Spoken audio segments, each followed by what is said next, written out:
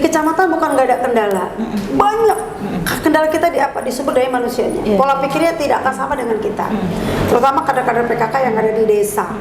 Jadi kita harus betul-betul terus-menerus tidak ada bosannya untuk mengingatkan pembinaan kembali. ya. Pembinaan PKK-nya, pembinaan semuanya, pendekatan terhadap itu masyarakat itu sendiri.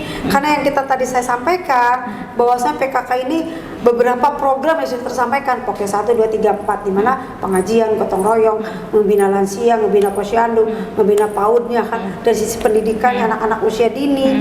Terus belum kita bagaimana caranya lingkungan itu harus bersih, harus sehat.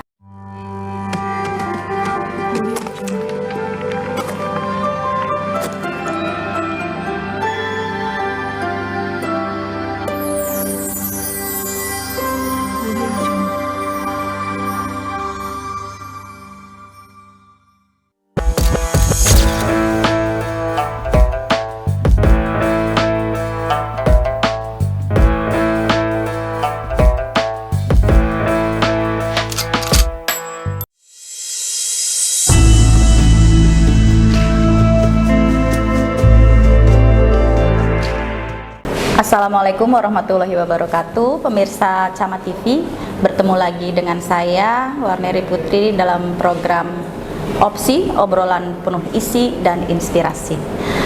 Kali ini saya akan ngobrol-ngobrol dengan Ibu Sekda, Nyonya Habibah Supriyatna. Kita langsung sapa saja Ibu Bibah, Ibu Ketua PKK dan sekaligus juga merangkap sebagai Ketua Dharma Wanita Kabupaten Serang. Assalamualaikum Ibu. Waalaikumsalam. Aduh, cantik banget. Terima kasih undangannya luar biasa. Aduh. Siang ini ya, bukan pagi ya? Pagi. Oh pagi ya. Tadi saya bilang pagi apa siang? Ini udah Siang ya. Waktunya makan siang dan memang saya sengaja ngambil jadwal di makan siang ngajak makan. Karena Ibu ini, Ibu Sekda ini sangat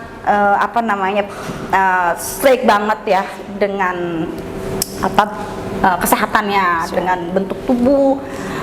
Beliau juga sebagai instruktur fitness. Aduh, luar biasa sekali kesibukannya Ibu Sekda ini. Bu, bisa tolong, tadi udah saya informasikan kesibukan Ibu. Nah, Ibu ceritakan lagi dong Bu ke pemirsa Camat TV. Seperti apa sih Ibu ini kesibukannya? Terima kasih Bu Warneri di Camat TV atas undangannya. Ini luar biasa tentunya buat saya, pertama kali ya saya diwawancarai terkait dengan beberapa kegiatan yang tentunya yang sudah saya lakukan. Di pagi hari ini biasa rutinitas saya adalah olahraga gitu. Setiap pagi? Udah setiap menjadi sebuah rutinitas Bu Warneri. Ini kegiatan saya di pagi hari. Karena dengan berolahraga tentunya kita membuang pemikiran-pemikiran negatif, maka akan timbul pemikiran positif. Selain pemikiran positif, badan kita menjadi sehat untuk melaksanakan beberapa kegiatan. Begitu banyaknya kegiatan yang saya lakukan tentunya terkait dengan PKK dan wanita, belum kegiatan lain ya. Jadi memang untuk kita supaya siap melaksanakan semua kegiatan, badan kita juga harus sehat. Makanya Ibu selalu rutin untuk berolahraga. Itu olahraga setiap hari Bu? Olahraga setiap hari saya lakukan di pagi hari, di jam 7 saya sudah mulai start olahraga. Kalaupun memang tidak sempat di pagi hari, saya ambil waktunya di sore hari. Itu harus terus saya lakukan. Kalau malam sih saya jarang karena malam hari itu sebetulnya waktunya istirahat tapi pada saatnya saya belum ambil itu, seolah-olah badan saya nagih untuk tetap berolahraga. Jadi emang udah menjadi hobi dan udah menjadi kebutuhan ya? Ya, betul. Kebutuhan kalau kita nggak olahraga atau Ibu nggak olahraga itu badannya pasti akan nagih. Beda dengan saya ya Bu ya? Yes. Kalau saya masih males-malesan, makanya harus, kan Ibu kan instruktur senam, jadi kayaknya harus saya instrukturnya harus Ibu harus nih, yang galak ya? Harus yang galak karena saya kan tipe yang nyeleneh, males-malesan, harus dipecut gitu supaya mau berolahraga. Nah, Ibu selain sebagai instruktur kan Ibu sebagai Ketua Dharma Wanita, terus kemudian PKK. Nah, cara membagi waktu Ibu dengan keluarga dan kegiatan-kegiatan Ibu tuh seperti apa sih? Dengan adanya saya selaku ketua Timrak PKK, ketua Dharma Wanita, Satgas PPA juga, Wah, iya benar. ketua Puspawapi di Provinsi Banten, itu luar biasa buat saya. Tentunya pasti akan bertanya, waktu dengan keluarganya kapan? Bagaimana Kan sih ya. gitu. Bagaimana membagi waktunya? Jadi tetap waktu untuk keluarga itu harus ada, karena memang ini penting. Apapun itu memang harus ada yang dikorbankan. Salah satunya adalah waktu yang tadi disampaikan oleh Bu Neri. Pada saatnya saya melaksanakan kegiatan di PKK, pasti saya sudah prepare dong untuk keluarga harus di jam apa. Saya harus ketemu dengan keluarga di pagi hari. Pada saatnya saya bangun tidurku di jam 5 itu harus sudah Terjadwal ya. sudah terjadwal. Sama. Luar biasa. Jam 5 itu saya sudah prepare ya, sudah mempersiapkan untuk keluarga, baik dari sisi sarapan dan sebagainya. Dan malam hari itu udah bapak tuh sudah saya siapkan dan sebagainya. Pagi hari setengah 7 itu saya sudah keluar rumah untuk melaksanakan aktivitas olahraga. Itu rutin, itu setiap hari. Di jam 7 saya sudah keluar rumah yaitu untuk olahraga. Jam 8 saya selesai olahraga. Hanya cukup di 1 jam. Olahraga itu nggak, ya maksudnya Nggak kalau perlu banyak ya. Ya, karena memang jadwal saya terlalu padat, jadi olahraga cukup di 1 jam. Jam 8 saya sudah selesai aktivitas olahraga dan melaksanakan aktivitas kegiatan di PKK. PKK selesai. Kegiatan PKK kalau di pagi hari saya harus melaksanakan kegiatan di luar internal PKK, eksternalnya ketemu dengan masyarakat.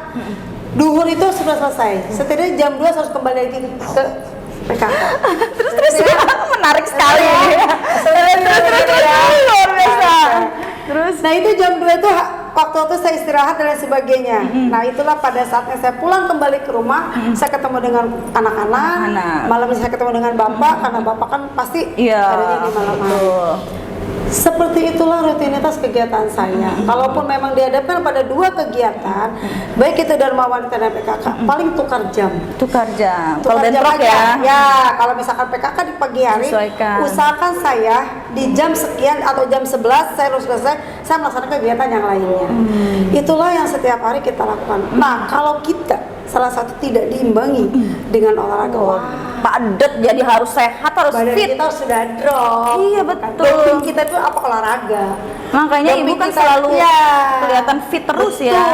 Doping kita adalah salah satunya olahraga, dan yang salah satu adalah keluarga. Yang memberikan support dan memberikan dukungan kepada kita ada salah satunya keluarga. Dan pencapaian itu tentunya bukan tidak ada halangan ya, pasti akan ada. Kadang ada malam. Iya. Kadang lagi gamut gitu. Kalau saya banyak gamutnya. Kalau perempuan tuh kan moodnya swing. Tidak bisa diprediksi. Iya kan, betul. Gitu. Nah, itulah. Terus. Tapi kalau kita melaksanakan rutinitas yang mengarahnya ke positif, insya Allah sih semua bisa terselesaikan, semua bisa terbagi waktunya dengan sesuai dengan apa yang kita inginkan. Gitu. Nah, ibu kan padat sekali, itu ada asistennya nggak sih, Bu? Kan bisa lupa apa segala macam. Iya, ada nggak sih yang memang khusus untuk menjadwal? Seharusnya memang ada ya. Nggak ada, Bu. Kalau saya sih sebetulnya asistennya itu jalan aja ya, maksudnya.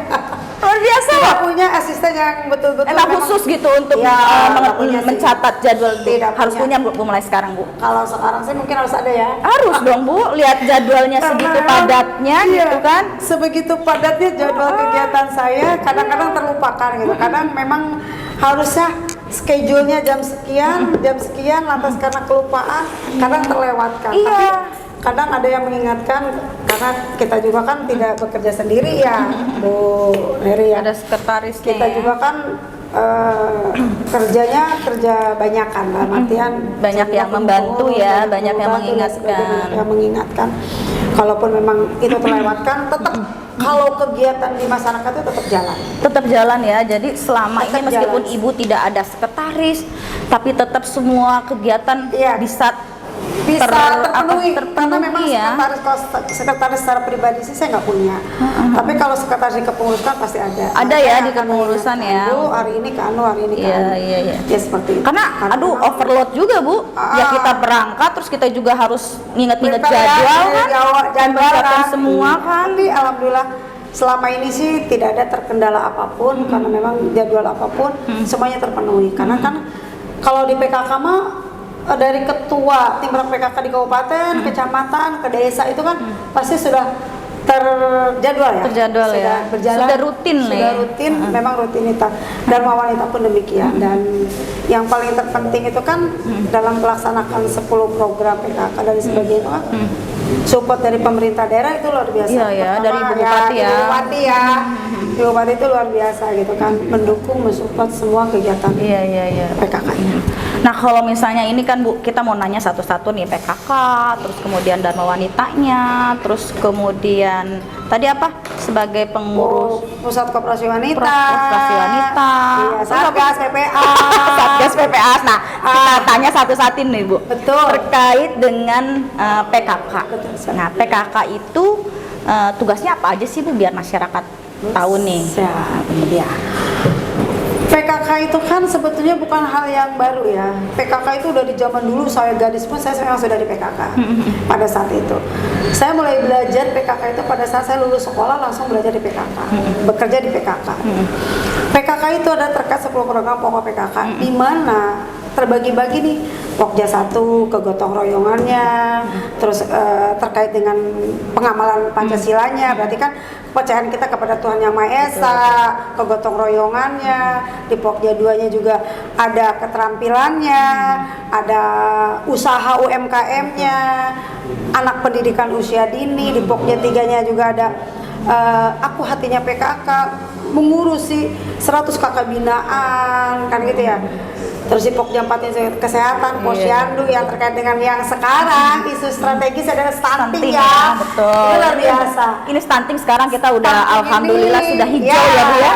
Ini hasil kerjasama kita keroyokan kan. Iya, betul. Tentunya sampai menghasilkan stunting ini luar biasa. Itu sebetulnya sih semua sudah ada dalam teknis kegiatan 10 program. Sudah ada core kegiatannya lah ya. Sudah ada core kegiatannya. Makanya jadi, pada saat saya disudutkan itu pun bagi saya PKK adalah hal yang biasa. Tapi mungkin masyarakat belum biasa, gitu ya. Betul. Belum biasa dalam biasa. pelaksanaan. Kita terus mensosialisasikan itu, kita terus mendorong masyarakat agar semua kegiatan PKK-nya itu terasa oleh masyarakat itu sendiri. Bukan sebatas wacana, tapi sebuah praktek kerja di lapangan. Ya Bu, tadi Ibu sebutkan bahwa Ibu ini sudah lama bergerak di PKK. Nah, bagaimana sih historinya Ibu tuh bergerak di PKK? Ceritakan Bu, masyarakat. Jadi segala sesuatu juga ada sebuah historinya ya. Ada sebuah sejarah. Sejarahnya seperti apa? Sampai berada di titik ini, tentunya ini bukan hal yang mudah, betul nggak? Semuanya butuh proses. Dan saya pun sama. Proses itu saya lalui tahap demi tahap di PKK ini, khususnya di PKK mendukung ya, Bapak ya. Kita di PKK. Salah satunya adalah bagaimana kita dengan ikhlas, tulus, sabar, betul, mendampingi seorang suami kan gitu ya. Suami itu Pak Sekda ini tentunya dari nol banget gitu kan, karirnya tuh memang dari benar-benar dari nol. Sejak saya menikah, beliau adalah staf biasa dengan ya kalau dihitung-hitung gaji tuh gaji pegawai negeri ya, dulu PNS gitu ya.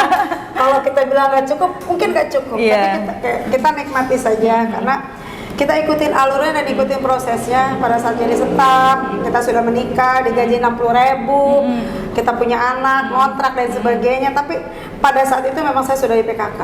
Saya sudah berusaha untuk mendampingi suami dimanapun dan saya sudah di PKK pada saat itu belajar terus dan belajar.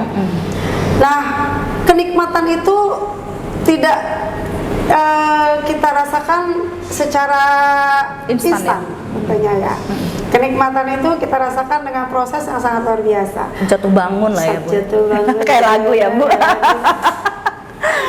Jadi dari staf, Bapak itu kan staf, terus Bapak kita juga ngerasakan jadi Mawil Hansip, Menteri Polisi, Kasubag Trantip, Kasubag Pemerintahan. Dan itu di kecamatan semua ya Bu ya? Iya, jadi proses itu pada saat kita jadi Kasubag di Dinas Trantip pun kita belum merasakan yang luar biasa tentunya. Ya, datar lah, datar aja. Tapi kita menikmatin aja. Setelah itu jadi sekmat juga di Keragilan, di Cipocok, di Keragilan.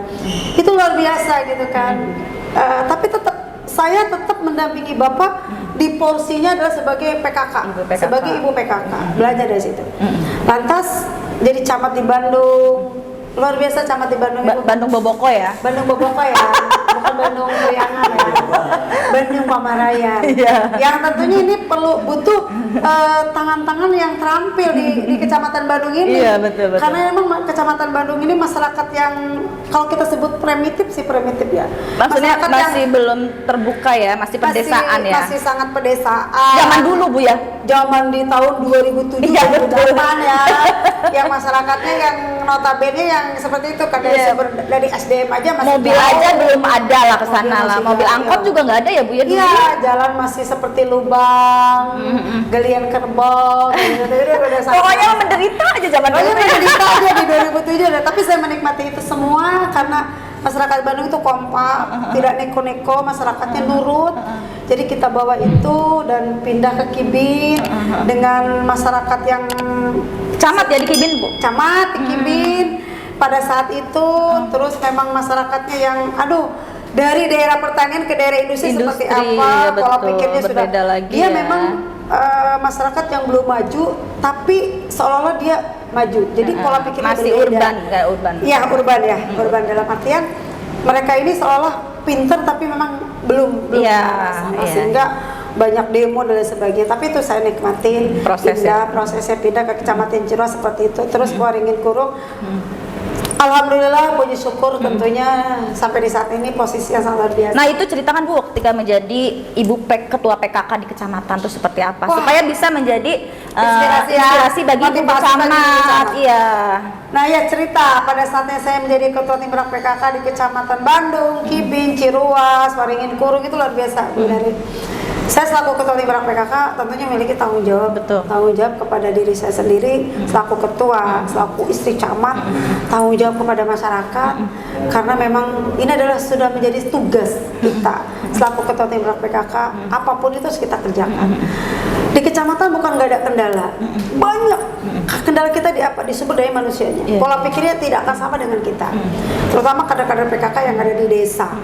Jadi kita harus betul-betul terus-menerus tidak ada bosannya untuk mengingatkan Melakukan pembinaan kembali ya. pembinaan PKK-nya, pembinaan semuanya, pendekatan terhadap itu masyarakat itu sendiri. Karena yang kita tadi saya sampaikan bahwasanya PKK ini beberapa program yang sudah tersampaikan, Pokja 1, 2, 3, 4 di mana pengajian, gotong royong, membina lansia, membina posyandu, membina PAUD-nya kan dari sisi pendidikannya anak-anak usia dini. Terus belum kita bagaimana caranya lingkungan itu harus bersih, Gitu. harus sehat, memanfaatkan lahan pekarangan yang ada. Kalau pada saatnya susah cabai naik, tomat naik, bagaimana menyiasatinya? betul. Ibu BKK supaya tidak Iya, membeli, iya, supaya tidak merasakan bahwa ini mahal tomat kok mahal. Iya. Nah, itu Harus gimana caranya kita pekarangan luas tuh Bu ya. manfaatkan lahan pekarangan sehingga tidak menjerit pada saat harga-harga menaik. Nah, itulah PKK itu seperti itu karena PKK itu adalah mengarah kepada kehidupan sehari-hari yang kita lakukan.